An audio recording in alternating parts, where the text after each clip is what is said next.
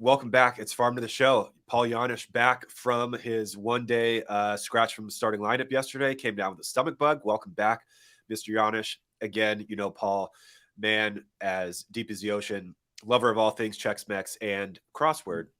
And Paul came down yesterday. He was an early scratch in the lineup. Actually, he was a late scratch because I showed up. We had some miscommunication yesterday. I showed up for our 9:30 show. Paul was nowhere to be found, and we finally got a hold of him. It sounded like he was dying. So I feel that, and then reverse. I'm coming down with a little something. It's not so much here in the chest modular area. It's more in here. So I apologize beforehand if you hear me, sound like some type of wild beast on the other with like gurgling sounds. No, man, there's a good old fashioned karma. Dickie was making fun of me yesterday for not being at the top of my game, and now it's biting him in the butt. I was 100%. But back from sickness, going into sickness. But you know what? That doesn't change that the Reds are in first place. Hey, holla at your boy, first place, man. We're 3-1 on the year. Big win against the Cubs last night. It's good. Big win. And we talked about this. Early when we started the show. It's you just want to see these teams going out and battling and putting together these games. And I tell you what, last night was probably one of the first times, like there have been some instances where we put ourselves into trouble. Opening week, one of the things that stood out to me was the defensive play. There was a number of plays that, as we progress along in the season, some of these better teams are going to take advantage. They're going to be able to capitalize. So that's one thing I'm going to be looking out for. Will Myers had an error that allowed runner to go first to third, which potentially was tying run. And then we had a couple bloops where India wasn't quite committed to that bloop ball behind the first base. And that again went to a second and third, potential first and third situation. Scored a run, but it could have been a lot worse. And then had another ball that I thought was misjudged in left field. So all of these things are gonna, are things gonna have to look out for, because as we've seen this opening weekend, Paul, the numbers don't lie. Where baseball is at. It's a successful weekend. The rule changes were amazing. We put together the numbers yesterday, and one thing that stands out to me is the 2022, there was only 30 stolen bases on opening weekend. This past weekend, there were 72 bases stolen with an 83% success rate, which is wild. With that being said, when you have those errors and those base runners, the game is changing now. You're not going to be able to, when you have some of these teams that do have the speed, that first and third becomes second and third. That first and second becomes second and third. When you can steal these bases, if these savvy base runners understand this pitch clock, after those two disengagements, and they are off to the races. At 83%, that is a wild number for success. And if you've looked at a lot of the stolen bases, whether it be highlights, replays, they're not close. Like the throws are not close, because there's no apprehension whether you're going to go or not. It's like you're committed to going, and you're getting a big jump. And so it's one thing where it's completely regulating the game here, and that's something that they're going to have to watch out for. And all of these teams, maybe not so much Pittsburgh with Santana. Kutch maybe could steal a couple bases, but that's going to work in his favor this year. But putting people in motion, it's going to be really interesting. I don't think there's going to be that room of error to just get people on second, third, and just sit back and wait for them to hit a home run. They're going to have these small hits in the 4 and 6 hole or back with no shift. And so we're going to have to tighten up that outfield play. But yesterday was a great game, because that showed a completely a new part of depth with some of these young players coming in high leverage situations. It was good all around. Yeah, no, it's what you're saying is highlighting the small things that are going to be coming more into the picture. Just like you're talking about the stolen base as the example, but defense is going to become more of a priority. I think we knew that going in. You take away the shift, you take away some of those kinds of things, like the athlete in the middle of the field is going to come back into play, right? We know that going in. It's going to, I was watching a Braves game the other day, and Acuna was on first base. They throw over twice, and they know that they can't throw over again. And he actually confirmed with the umpire to make sure, like, hey, he can't throw over again, right? And then now he's got a huge lead, leaning, and here we go. And to your point, like, you can't throw that guy out. You just can't. I don't care who you are. So that being said, flipping back to the weekend, it was fun to see. We were referencing the game against the Cubs last night. One of the things that I noticed that I think is good to see, you have Vossler hits the big homer in whatever the 6th or 7th inning, whatever it was, to take the lead. What I see there is a team that's, they give it to the Cubs in terms of the Cubs take the lead in the middle of the game, and the Reds punch right back, right? And so they take the lead. And then to your point, the bullpen over the weekend was really good. Alexis Diaz threw good both of the times that he was out there. I think the starting pitching was overall good.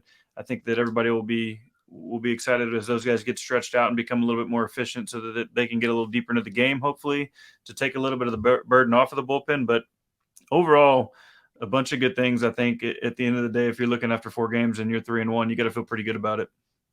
Yeah, San Martin coming into the 7th inning, getting 2 huge outs, throwing strikes, but also wipeout slider. I mean, these things are, these young guys being able to be put into these situations and having that stuff to shut these teams down. It's is all around, 7-6. Obviously, we wouldn't, they don't want to give up 6 runs, but I think in the manner in which they did it, it's a really encouraging sign where the team is, be able to completely to come back to fight, as you saw, go down, come back, punch back, but just keep making plays.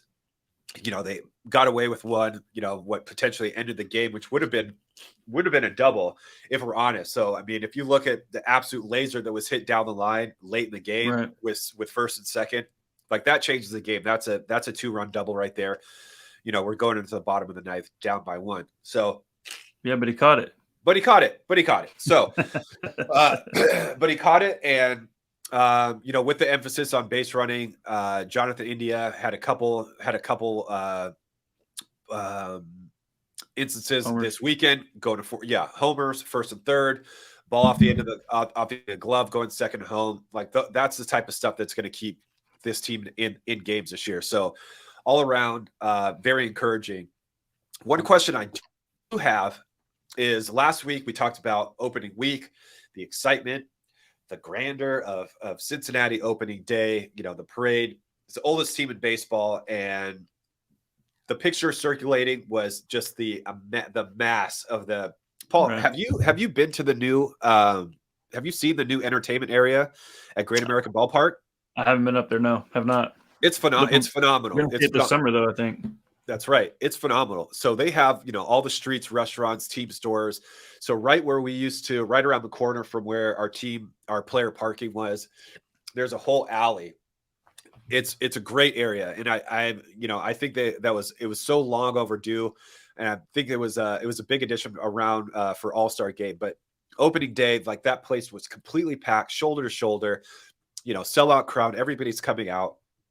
But my question to Reds fans is, what's it going to take to get people back in the ballpark on a regular basis? Because you're looking at, like, okay, it's a Monday game against the Cubs, division rival. You're in first place, and it looked like it looked like playing in August when the team is 12 games down. Right.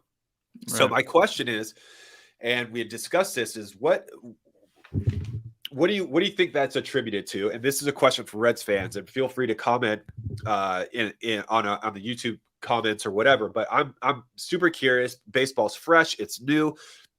The Reds are in first place, but a Monday night game, and it looks like it's half empty again. So I understand that there's been some tensions with ownership. If this is something where it's just like the opening day. The height of opening day is often gone, has kind of dissipated, or it's or is it a thing of the ownership and the tensions between ownership and the team? I will say, like, on opening day, I think they broke an attendance record on actual opening day. Was 44,063, new Great American Ballpark record. But what you're implying, I totally understand, and I think the answer is, you got to win a few games, man. Like, I think that the expectation, whether we like it or not, maybe isn't right quite there yet with the fan base, and they're they're kind of playing hard to get a little bit, and so we gotta get the Rojos to win some games, and then though I think I feel comfortable saying, if it's June, if it's July, and we're a little bit closer towards the top of the division at that point in time, you'll start to see some people in the stands coming out in droves, hopefully. Okay, so you're on a June timeline. That's the cutoff to be like, all right, this is a proven product. So you're telling me we got a chance in June? That's right. That's when people are coming back. Summer's out, Cincinnati, no cold weather. Okay, I'll give you that. Yeah, I think with the weather warming up too, that'll play a factor for sure. All right, fair enough. Hey, I got something for you. So over the weekend, obviously, going back to some of those starting pitchers, I thought Ashcraft threw great. Lodolo had a rough start the first inning and ended up getting through 5 innings. Pitched really well. Had a bunch of swing and miss. But one of the highlights for me was Hunter Green touching 105 miles an hour. That's a pretty tremendous feat, in my opinion. What do you think? I mean, it's incredible. You look around the league, and we talked about where the game is these days, and the frequency in which we see our players throwing 100 miles per hour, and it's wild. I mean, you have 2 guys on every team that are throwing 100, but that's like 98, 99. 100 is an exceptional feat, no doubt, but 105 is absurd. Like you look at the Cardinals, they have Helsley and Aaron Hicks. Jordan Hicks both throw 102 plus. You got 2 guys coming out of the bullpen that throw 102 with movement, but 105, it's like you think that it's just another notch up. And I always knew that Hunter had we know he has 100. He was among the top in the league as far as hardest pitches thrown. I believe he might have been number 1 or not number 2. I think it could have been him or in Sandy Alcantara. Percentage of 100 mile per hour pitches thrown. Set the record last year for most 100 mile per hour pitches thrown in a single start. But yesterday, 105. It's crazy. And I'm not sure how that happens. Obviously, Chapman, 105.8 against back in, I believe it was 2011. I don't know, where you need a fact check, but regardless, 105.8 is wild. But 105, no doubt, an extraordinary feat. We all know he throws hard, but where that 105 comes from a sports performance standpoint, I'm so curious as to like how one pitch just makes that jump. Yeah, no, it all that to say, it's exciting because it's the type of arm that is unique, like we've talked about. And hopefully, as the season unfolds, number 1, the biggest priority is health, but number 2 is that seasoning that we're talking about and getting efficient with a lot of those pitches, so that you can utilize that farther into the game and over the course of the season get as many outs as you can get with the guy who obviously has that unique stuff. Or is Great American Ballpark radar juiced up? Oh, it could be hot for sure, dude. There's no 2 ways about it. But I think a lot of that stuff's all TrackMan, and at this point, I think it's the StatCast stuff is hard to fake. I think, but you sound like a conspiracy theorist to me.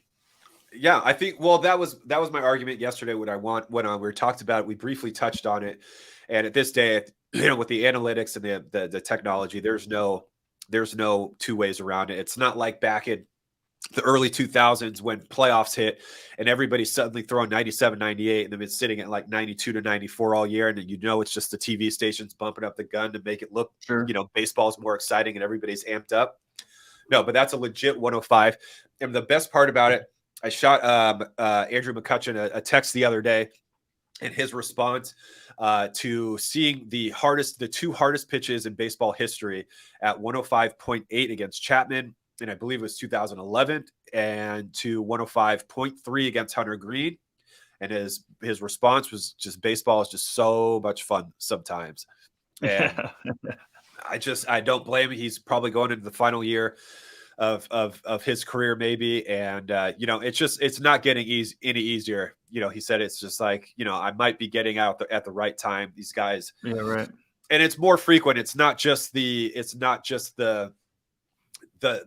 phenomenon of Chapman. I mean, these guys You look at Gatterall in the Dodgers game the other day, he's throwing 101 with 12 inches of movement. The guys from the Cardinals, Clase, it's the closing, the stuff that's coming out of the bullpen, and the guys we're starting. It's truly incredible where these guys are at right now. With that being said, the rule changes worked. I don't know what our prediction was. I think we're just kind of taking it step by step, but I want to get back into those numbers. 230. So I do have one. After you finish, I have a qualm with the rule change, but go ahead. Okay, here we go. So the numbers: 230, 2022 opening weekend, batting average 230. 2023, 243. Granted, that is probably due to a lot of the singles that opened up because of the shift, little 4-hole, little 6-hole. Great. That's awesome. But that makes way for the next part, which is having more base runners. And with more base runners, more opportunity to steal bases. We already did that 72 bases, 83% success rate. Awesome. But at the end of the day, the best part, the runs didn't change. They were still scoring. There were still guys weren't rattled on base percentage, which means guys are settling into the box.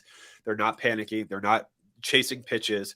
It was significantly, on base percentage was significantly higher as well, which is a great sign. And again, back to everybody freaking out, the criticism, the purists, the cynics, the pitch clock violations, 0.8. That is less than one violation per game. And we're going to see that continue to taper off. My prediction yesterday is that we'll come back in May and it'll be 0.4 as more and more guys continue to get used to it. And granted, there are probably some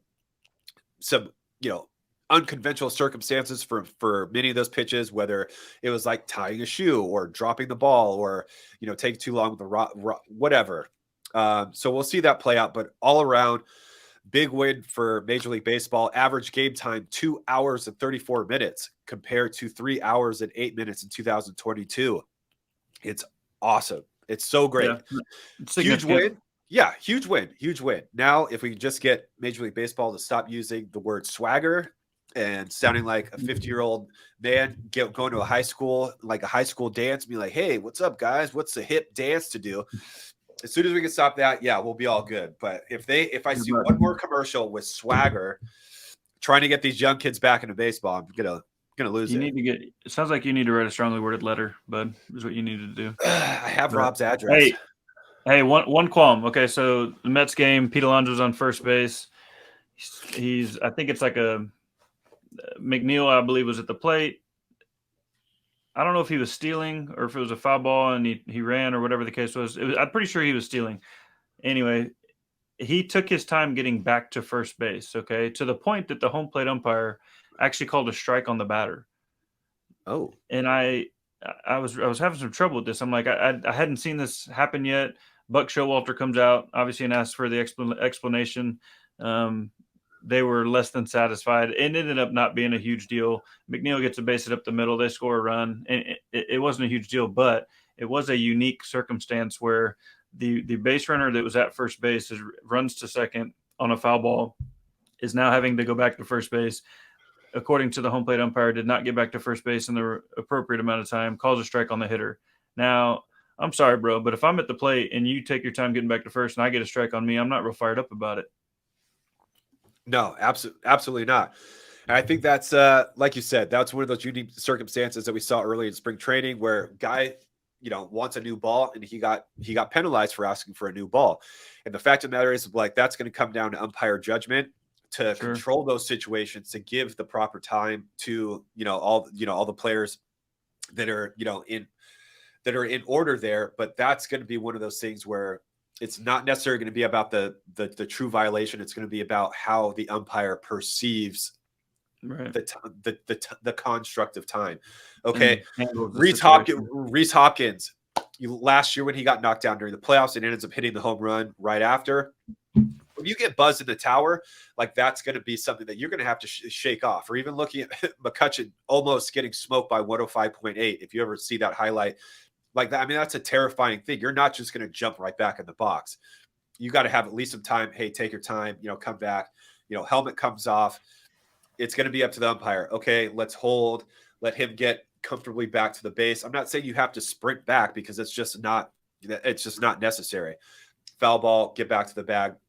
So again, that's going to be a judgment call that the umpires are going to have to, continue to work out. So again, extraordinary circumstance, and we'll see what happens from there. Yep. So hey, for me, the quick recap on some of the position player stuff.